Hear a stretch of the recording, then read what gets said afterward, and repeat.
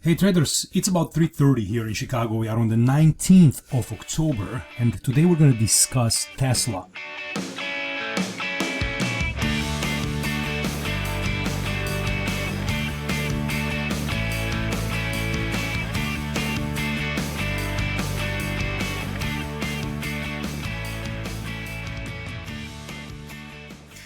And they just come up with earnings. They were pretty mixed in here, not huge surprises necessarily from the earnings side, but the stock is trading a little bit weaker here in the after hours.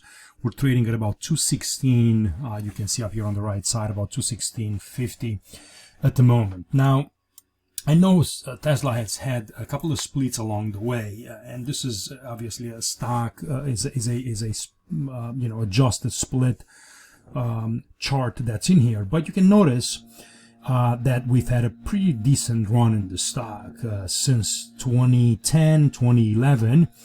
But I'm telling you something, it doesn't look bullish anymore.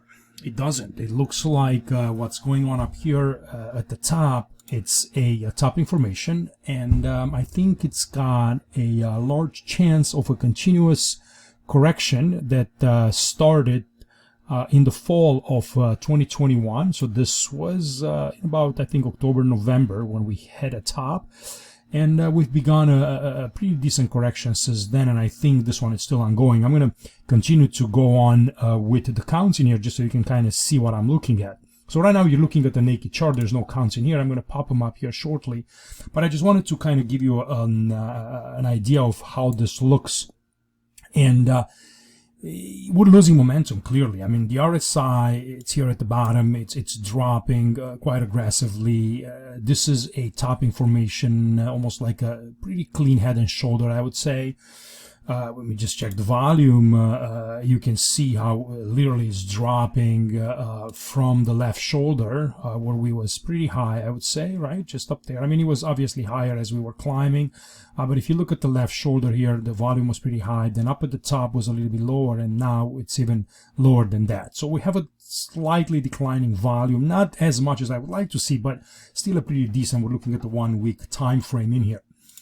So that's one of the ways to kind of look at it and identify that you've already had the big major move in here. The large third wave has already happened, and it started on this kind of split adjusted chart back at about $12, and it ended up finished up here at about $414. So a huge increase in price. I mean, if you take percentages, you could see that you've done about almost 3,500%, 3,300, 3,400% in increase from these lows to these highs.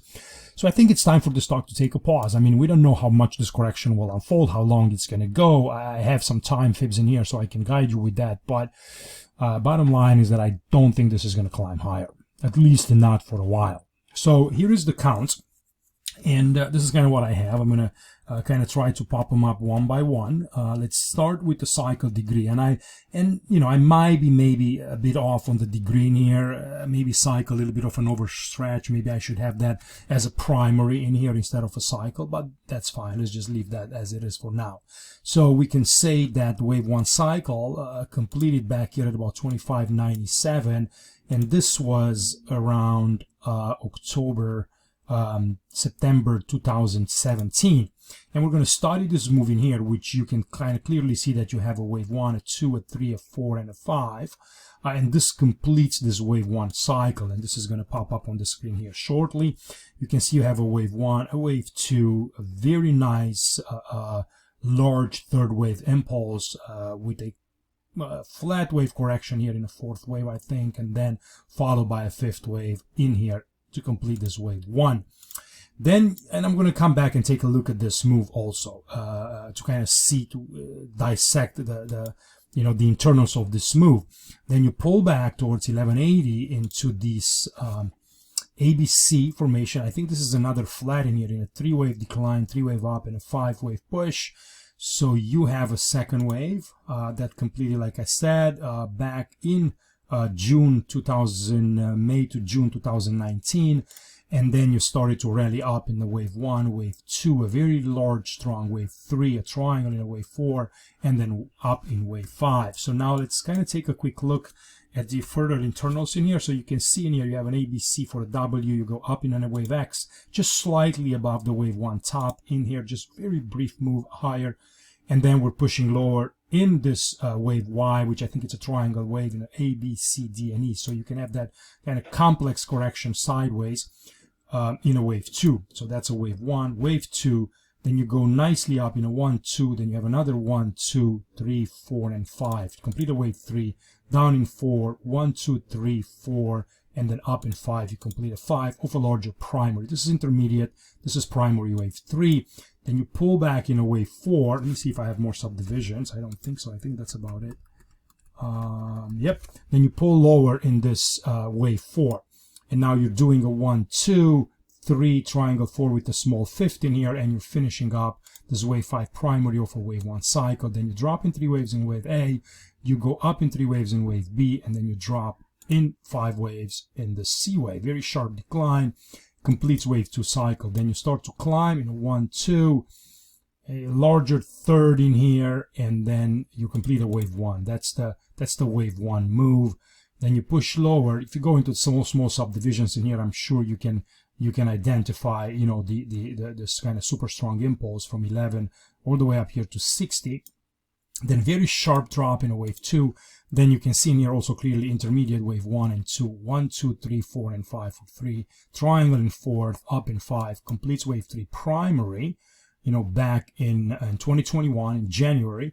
Then we go sideways in a very nice triangle in here, A, B, C, D, and E. And then you do one more push higher towards 414. We complete this in the fall of 2021. Where we top in the markets, especially in the NASDAQ, right? Dow Jones and some of the other ones, the S&P only top in January 2022. So a bunch of these other markets and this higher beta stocks already topped before that in the fall of 2021, winter of 2021. So since then, we have been moving lower, and you can see in here and what I'm looking for, and just so let me delete some of these so you can kind of see a little bit better, then I'll come back to it. But basically what I'm studying right now, it's the relationship between the wave 2 cycle and the wave 4 cycle. I think this was a finished wave 3 at 414, and you're beginning a wave 4. Now you can see that stock only traveled in a wave 4 about 61.8 multiple of wave 2. This is a time fib, and it's still very, very short in my view, to call for a completion of this 4th wave. It's possible, but I think this has a lot more to go towards 100%, if not even more, towards 161.8, which can take you all the way back to 2024 in a longer correction here, right? So at the minimum, I think we're going to go to the summer of 2023, correcting in Tesla, through more variations of this 4th wave. It started as a complex move. It can combine. It can become even more complex. It could be a triple. There's a couple of ways that this could unfold, but I don't think that this move is done to these lows. So, you know, I think I'm going to start to push this 4th wave, you know, kind of towards these levels. Now you have a big support right here, right? It's at about 175, which I think is probably going to get tagged. You also broke a little bit below this neckline. Now that neckline offers a little bit of a resistance up in here, and even if you might push a little bit higher, I don't think it's going to be sustained before the next leg lower begins, and you can start to kind of break below 200 and move towards 177. And then the next kind of sequence higher begins, and then we correct a little bit more. So here is kind of how I have those subdivisions. I'm going to go to a 2-day chart so you can see those a little bit better. So I'm looking at this. Let me delete this. So I'm looking at this as an ABC. So you have a leading diagonal in a wave A, then you push higher here in a wave B, up in 3 waves, then you go in a 1, 2, 3, triangle in 4, down in 5, and you complete a C wave. Now this creates the first leg of the correction, like always happens. If this correction is not enough, then you're going complex.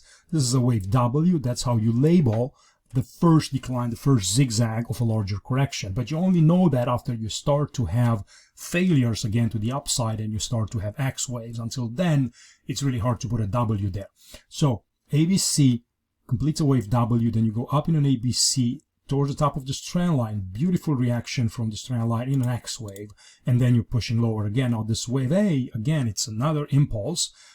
It's not, it's a motive wave impulse wave. This one, it's a motive wave diagonal. You have a 1, 2, 1, 2, 3, 4, 5, 4, 3, 4, and 5. So pretty cleanly, you can see the subdivisions in there. This completes a wave A. Then you move up in an A, triangle B up in C for a B wave. A little bit iffy in here, I think. And I think that's a 1, 2 if we haven't made a new high. 3, wave 4, and wave 5. So this could complete possibly the C wave. If we're continuing to drop lower right there in a larger fifth wave that drops. And then if that happens, then what I'm going to do is I'm going to take WXY, is I'm going to take the Y wave, and it's right here, the marker, and I'm going to do this in a Y. Right, I'm going to switch this to the intermediate degree. So instead of this being a Y, this is going to become a Z, because that's a WX. And then you have an ABC for a Y, and then if we're starting to move higher, again from these levels, and you're pushing towards the top of this channel or somewhere in the middle, it's probably going to be another, ABC move, so a 3-wave move pushing up in there, and then probably going to drop lower again and just kind of continue to travel like that.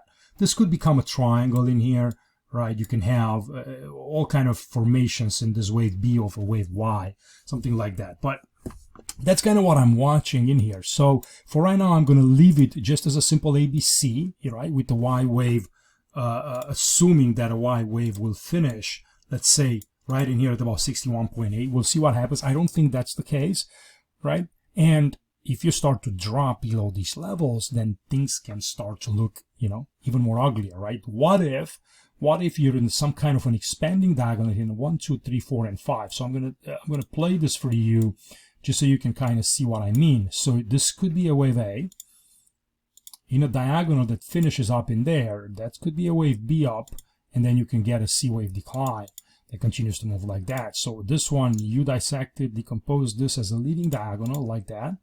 Right, this is of the expanding variety. I'm going to show the channel.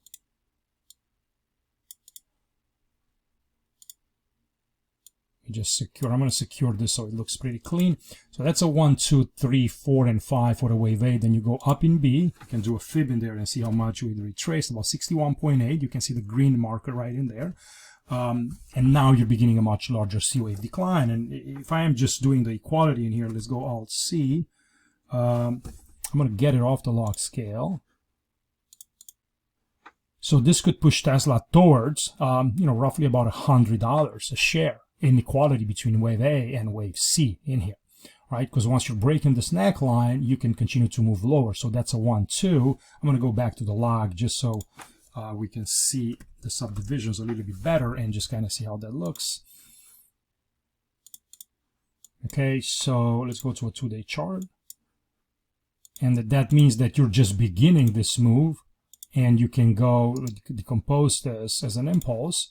So it's probably not going to be what it is, but because we need to reach that equality. So you're probably going to get something like that, right? We're in the middle of forming just a wave 1 low in a 1, 2, 3, 4, and 5 for the wave 1 primary. Then you push higher again in a second wave, and then you continue. Then it begins the big drop in Tesla 3. Towards 140, then down in 4, up in 5, down in 5, and only then you complete an ABC correction. So that's kind of how that would look. And it can still be a fourth wave without a problem. It's just a larger fourth wave. This one, it's a little bit more drawn out, right? It looks like a complex correction. But the reason why I'm showing you this alternate count back in here is because what if this decline breaks this 179? So far it hasn't, and it could bounce from here, and I'm giving it a pretty decent chance that under both scenarios, the primary Elliott Wave Cafe count and alternate count, after you reach these levels, it's likely going to be a bounce back to the neckline, either as a, either as the beginning of an A, B, C of the next X wave in here, right? Either as a wave 2 back in there, and then you begin the 3, 4, and 5, like I've showed you back right in there, right? That would be the second wave that you would be looking for. I'm going to put a neckline in here as well so you can kind of see it. So depending on how bearish really you want to be on this, but that's kind of what that would be. You'll still drop a little bit and come back on the second wave, test it back out, then 3, 4, and 5. So to kind of conclude this, because I don't want to keep this too long, but The only bullish scenario that I can see in Tesla at the moment, and I don't think it is, but it's the fact that we're reaching the 618 multiple, of the wave 2 cycle, finishing up a 4th cycle to another push lower in a 5th wave. That completes wave Y. So you have a WXY and an ABC. Wave 4 completes right in here. And then from there, you start to impulsively move higher and you make new highs in Tesla. And once you get back above 313, at 330, you break this, let's say this channel, then you can unleash a much larger move and you can move toward 500, 600 in Tesla. I don't think that's the case based on kind of my Elliott Wave interpretation in here.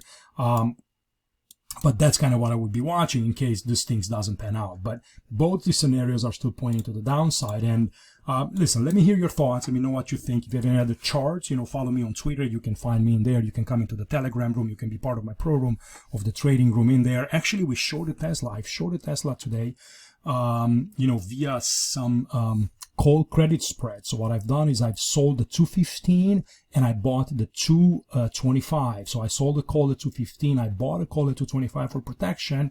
I received a credit of about $5 for a lot. So that's about $500 in a call. And, if this continues to kind of grind down into tomorrow, I might be able to take some profits. If not, I still have until about November 30th to kind of take advantage of this 5th wave. And the reason I sold this was because I wanted to take advantage of a 4th wave in here with the final drop in a wave 5, either under wave 1 or under a wave C scenario, right? So that's how I'm trying to take advantage of that by using call options and take advantage of the very high volatility that was in the stock prior to earnings, which I'm expecting it to drop tomorrow and start to kind of collect some of that premium a little bit faster that was in this overpriced options. So that's kind of what we're doing in the program too. We're kind of trading with options and with stocks and with cryptos and commodities and all kind of stuff. But again, thank you for watching, and I'll probably see you on Saturday for my Macro Cafe review. And until then, I wish you all the best, and thanks for being here. Bye bye.